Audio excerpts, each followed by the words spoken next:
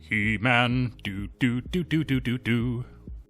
What's going on, everybody? Today we are painting up He-man and Battlecat. There are two competing He-man miniature games coming out very soon. This one is from Archon Studios, and I believe this is the European or overseas market. And it's a limited edition figure, and we're going to paint them up, and we'll see exactly how we do that. Let's get to it. I'm going to be showing you a couple different ways to shade and highlight your miniatures in this video. To begin with, we are going to start off with an easy layering method. Starting off with our shade color. Our base coat is going to be Vallejo Model Color Deep Green, but we're applying our shade color first, so we need to make that darker.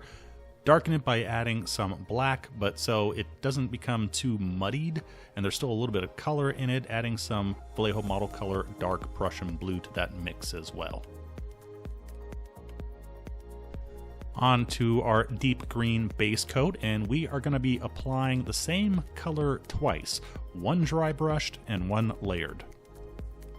I'm using this method to speed up the paint time a little bit. We have a large surface area here on Battlecat for the green, so by dry brushing it on saves us some time. We don't have to waste 15-20 minutes layering on our green. However, the dry brushing is a little bit on the crude side, so once that is done, then I'm going to go over it with the layering method to smooth out any rough spots, to redefine the highlights and shadows. Dry brushing is good for putting paint down, but it's not great for getting paint down exactly where you want it. So we combine the two methods, speed and accuracy, to get a nice smooth base coat.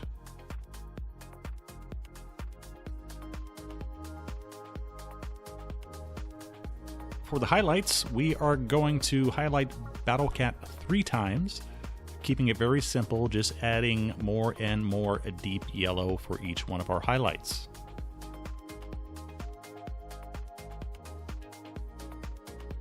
Highlighting process is the same as always. We do not want to cover up the entire base coat. Remember, the base coat is the color that is tying your highlights and shades together. And we just highlight the raised muscled areas, and then as we proceed through the highlights, we move into smaller and smaller and higher, more concentrated areas. Remember, when painting broad areas like the hindquarters there, you want your paint very thin so no brush strokes show up. But then when you're painting tighter areas like the edge fur area, you can have your paint a little thicker, a little bit more opaque for more control. Just to give you an idea of the range of colors that we're using for these highlights, starting off with that deep green for our base coat, and then working in more and more of our deep yellow as necessary.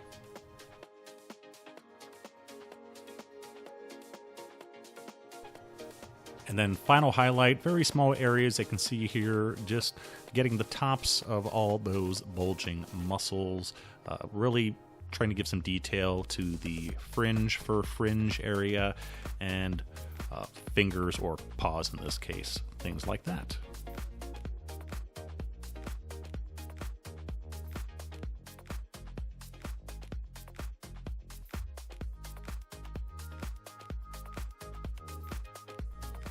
On to Battlecat's armor, and we are starting off with Model Color Cavalry Brown, a very nice reddish brown color.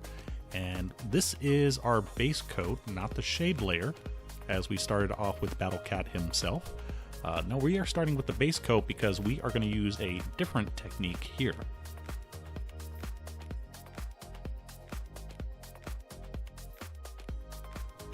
To shade the armor, we are going to use a heavy paint wash. This is quite similar to Games Workshop contrast paint, except for you don't have to spend $9 a bottle to do it. Just mixing up black and hull red and making a rather thick wash mixture out of it and pretty much flooding it into our cavalry brown. This is going to do two things. It's going to rest in the recesses in the armor to give us a nice dark contrast there, but it's also going to stain the armor, so it's giving us two types of shading at one time. And the reason I'm doing this here, and I didn't do it on Battlecat, is because we have a lot more little nooks and crannies, areas that I want a nice deep line of shade on. So this is a more appropriate surface for this somewhat speed painting technique. So now that our base coat is darkened, essentially that becomes a shade layer, so we must now reapply a new base coat, this time using a mix of Hull Red and Cavalry Brown. We can't just use straight Cavalry Brown here because the original layer has been darkened so much by our Hull Red and Black wash.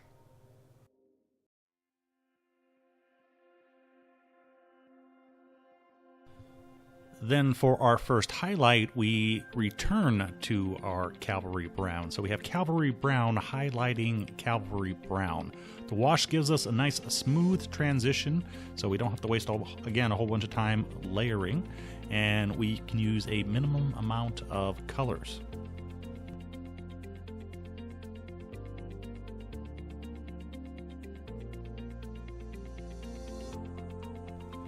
For our first two highlights, I'm going to mix in some Scrofulous Brown to our Cavalry Brown, but I just wanted to show you real quick something I've been doing lately. I've been mixing all of my highlights at once on the palette rather than mixing them up when I need them. That way I can just pick whatever color I need for whatever I'm painting at the time. It's very simple. Kind of shocked I haven't thought about it before, but it does speed up the painting process a little bit when you can just grab whatever highlight color you need.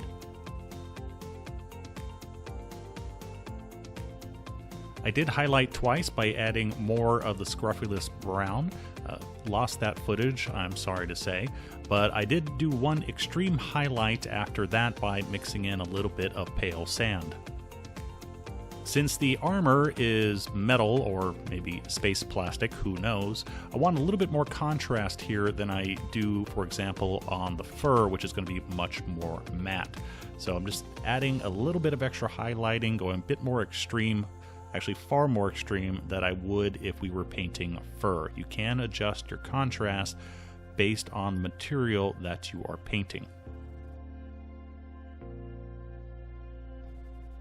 Finally, moving on to the Man of He himself, and we are starting off with brown sand, which I think makes a pretty good plastic skin color.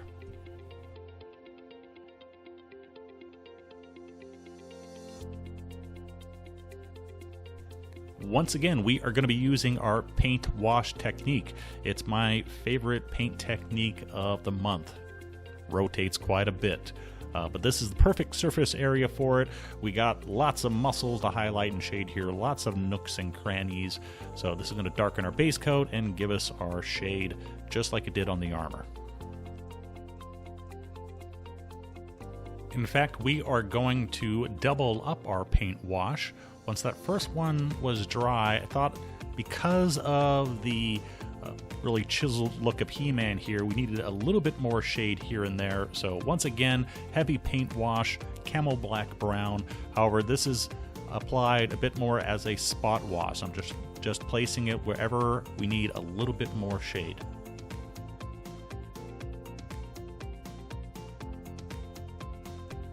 So now we have our skin shaded, we need to go back to our base coat and apply our highlights.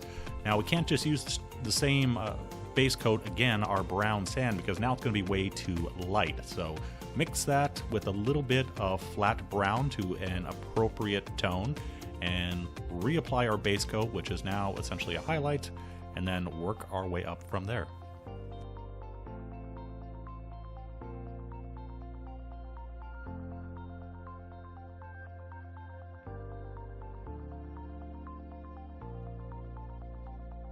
With that intermediate layer applied, we could finally get back to our base coat brown sand. However, this time we are using it as a highlight. So we are highlighting brown sand with brown sand, essentially.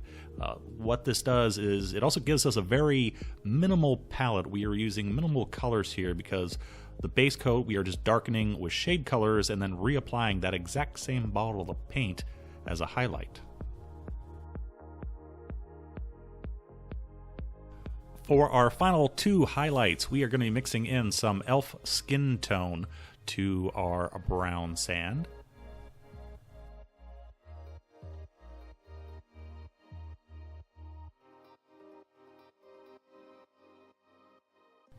And as always with our highlights, we want to work our way up to the areas that are getting directly hit by the sun or whatever overhead lighting you are working from in theory.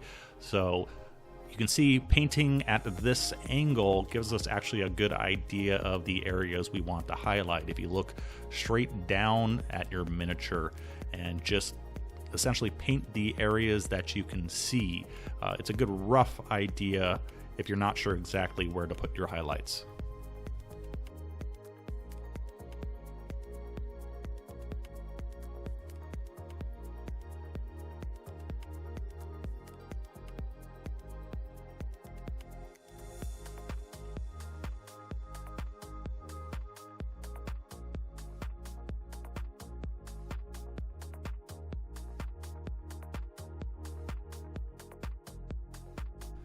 We are going to finish up the skin with two glazes. The first, gory red, and this is just to add a little bit of life to the face, kind of the flushness of blood. Add a little bit to the cheeks, a little bit to the nose, and I added a little bit here and there to, I usually like putting it on elbows, knees, maybe a little bit in the shade areas, wherever I think we just need a little bit of color on our skin. Our second glaze is a little bit more drastic. I wasn't quite satisfied in the end with the tone that I had to the skin. Thought it was just a little bit off. I wanted just a touch darker. So I applied an overall glaze of brown ink. Now this is super duper thin. You can see it on the palette there. It's basically colored water.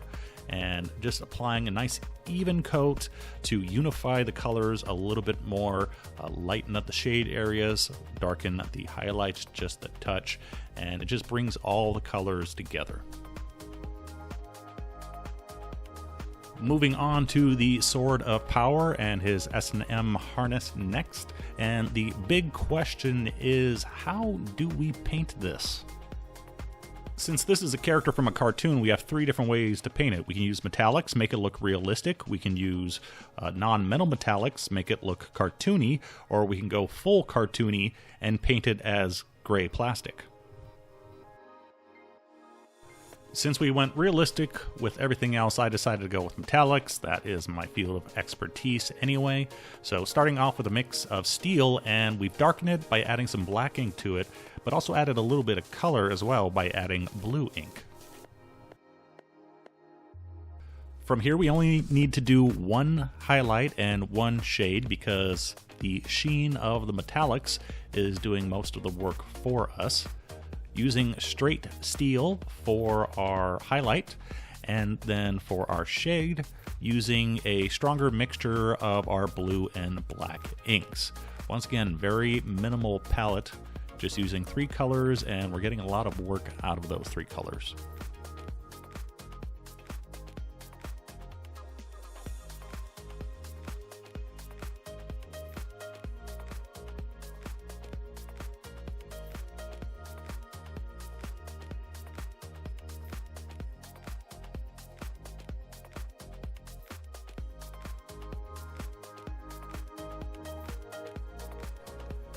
Time to paint the he hair, and for this we are using English uniform and covering that up with golden brown. Now normally I would use a greenish ochre for blonde hair, but I decided to go a little bit more yellow for He-Man, just get a little bit of that more cartoon look in his hair. Remember, when painting hair, we want to go with the direction of all the hair follicles. So we're going up and down, we're not going across. Also remember, hair is not a solid object. It has a depth. It has weight to it, so we want a decent amount of contrast, at least as much as we can get with his page boy haircut here. Not a whole lot we can do, but you can see we have all the colors at play. We have our gold brown, we have our English uniform, and we have our highlight gold brown mixed with white. Let's finish off by painting some Battlecat stripes. No, I did not forget them. We are starting off with Parasite Brown. We want a nice undercoat because we're going to be putting lighter colors above this. So undercoat's going to help the stripes look a little bit brighter. Also, I do have all these steps mixed with a little bit of glazed medium since we are doing some very careful hand painting. Add the glazed medium, gives us a little bit extra dry time so we can fix any boo-boos because they are going to happen. Filthy Brown is going to be our main color for our stripes, and then I'm just adding a little bit of white to highlight it here and there. And I am leaving an edge of Parasite Brown around the stripes. It's not a very realistic thing to do. If you want something more realistic, it would be covered up completely if we're talking about like tigers or something like that. But it does make it a little bit more pronounced, the stripes. So again, cartoon, figured I can get away with it. I think it's also important to point out here, don't try to recreate the exact stripe pattern as he had in the show or the toy or whatnot. Because that's such a larger scale, if you shrink it down, there's going to be almost more yellow on this little miniature than there would be green. It's going to be very difficult to recreate. So just add some stripes here or there to get the impression. Don't try to match the exact number of stripes because you'll just go mad.